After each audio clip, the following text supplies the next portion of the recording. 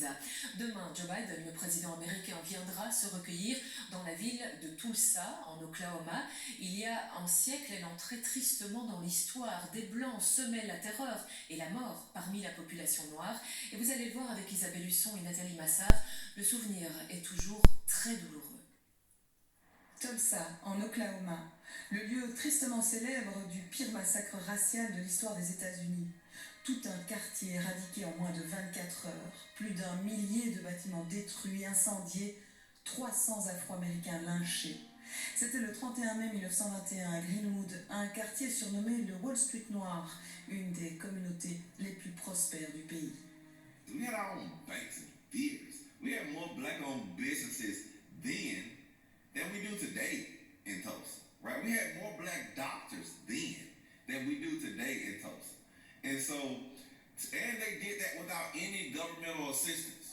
Une réussite qui exaspère de nombreux Blancs. Un banal incident ce jour-là met le feu aux poudres. Viola et Hughes, âgés aujourd'hui de 107 et 100 ans, étaient enfants. Ils n'ont rien oublié et témoignent sans relâche.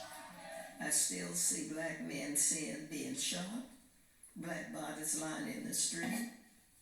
I still smell smoke and see fire. I still see black businesses being burned. Depuis, double peine, c'est l'amnésie collective, l'épisode tabou effacé des mémoires, les descendants des victimes refoulés dans les quartiers nord de la ville et négligés des pouvoirs publics. We were taught not to even think about that, not to even do nothing. I mean, you know, hush hush. We had to hush up and we never talked about it. Mais l'année dernière, la mort de George Floyd en mai, puis la venue à Tulsa de Donald Trump alors en campagne ravivent les blessures du passé. This is a Negro's body. Aujourd'hui, devant le Congrès des États-Unis, les victimes et leurs descendants demandent réparation et surtout reconnaissance. I have lived through the massacre every day. Our country may forget this history, but I cannot. Tulsa attend la visite du président Biden demain pour commémorer un massacre qui résonne plus que jamais avec l'actualité. Retour chez nous depuis quelques